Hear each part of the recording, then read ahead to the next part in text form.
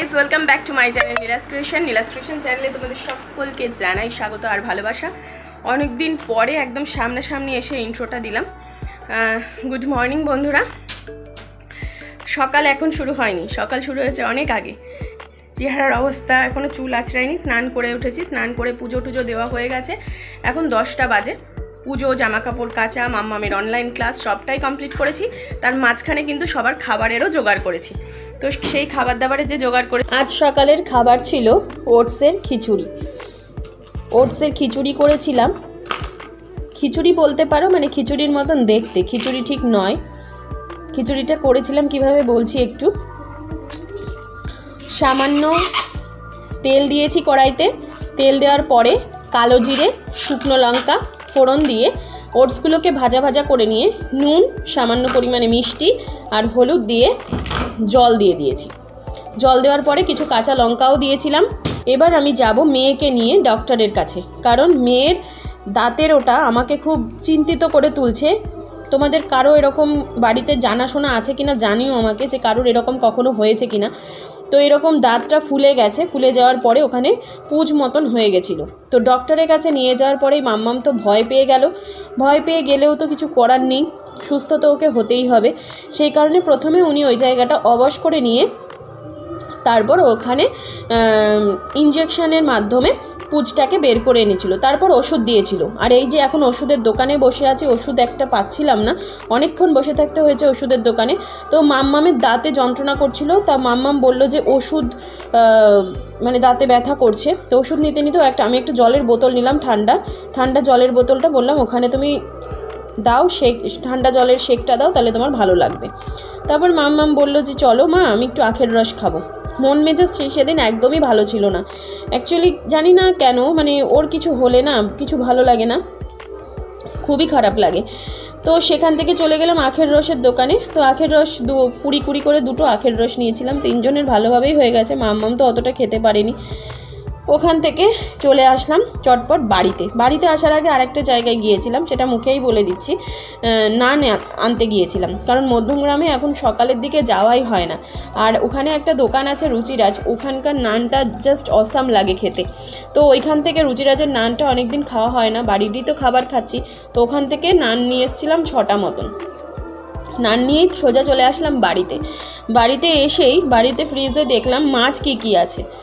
মাছ দেখলাম পুঁটি মাছ আছে আর শিঙি মাছ আছে। পুঁটি আর মাছ আর শিঙি মাছ তো অনেক বেশি করেই নিয়ে এসেছিলো, তো সেটাই আমি ফ্রিজে রেখে দিয়েছিলাম।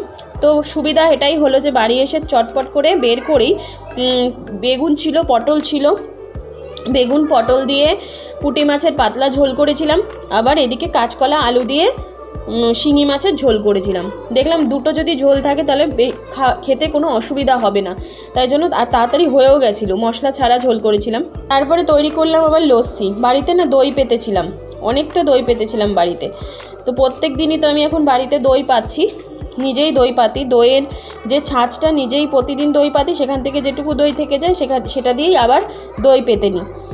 সেই দই দিয়েই কিন্তু তৈরি করেছিলাম লস্যি। আমিও খেলাম, বাড়ির সকলকে দিয়েছিলাম। গরমের মধ্যে লস্যি খেতে জাস্ট ওয়াও লাগছিল, আর হয়েও ছিল খুব খেতে সুন্দর।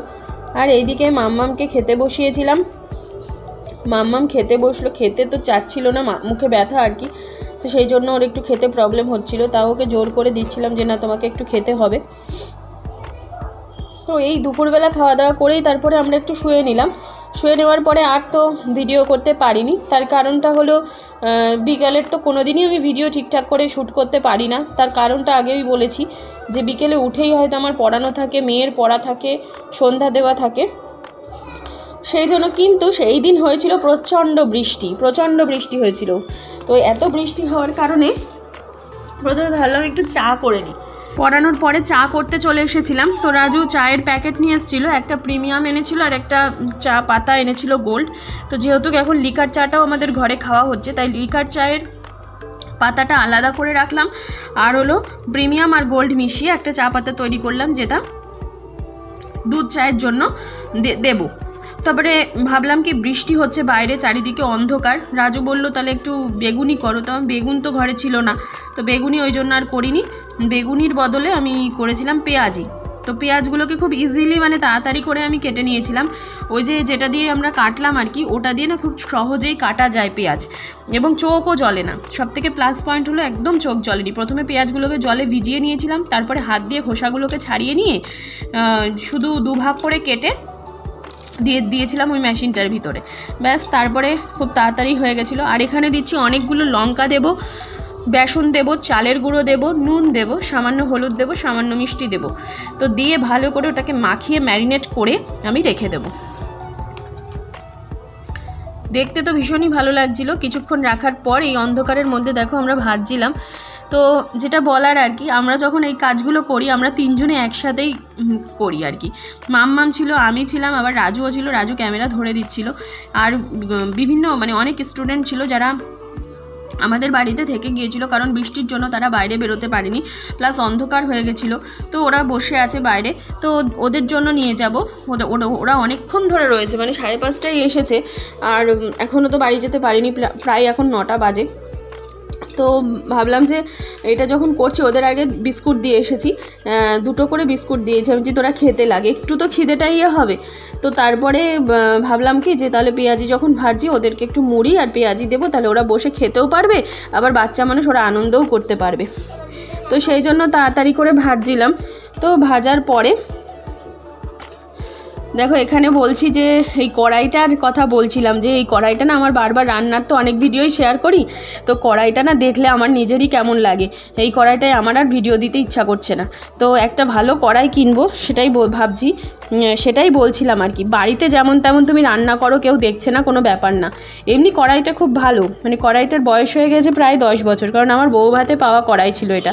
তো এই কড়াইটা কিন্তু, এই কড়াইতে আমি প্রচুর রান্না করেছি এবং রান্না খুব ভালো হয় আর কি। তো সেই জন্য তাই বলছিলাম যে এবার কড়াইটা আমাকে চেঞ্জ করতেই হবে, চেঞ্জ করবই। তো যাই হোক, চলো এবার ভেজে নিই। পেঁয়াজিগুলোকে ভাজবো, কড়া করে ভেজে নিতে হবে পেঁয়াজিগুলো।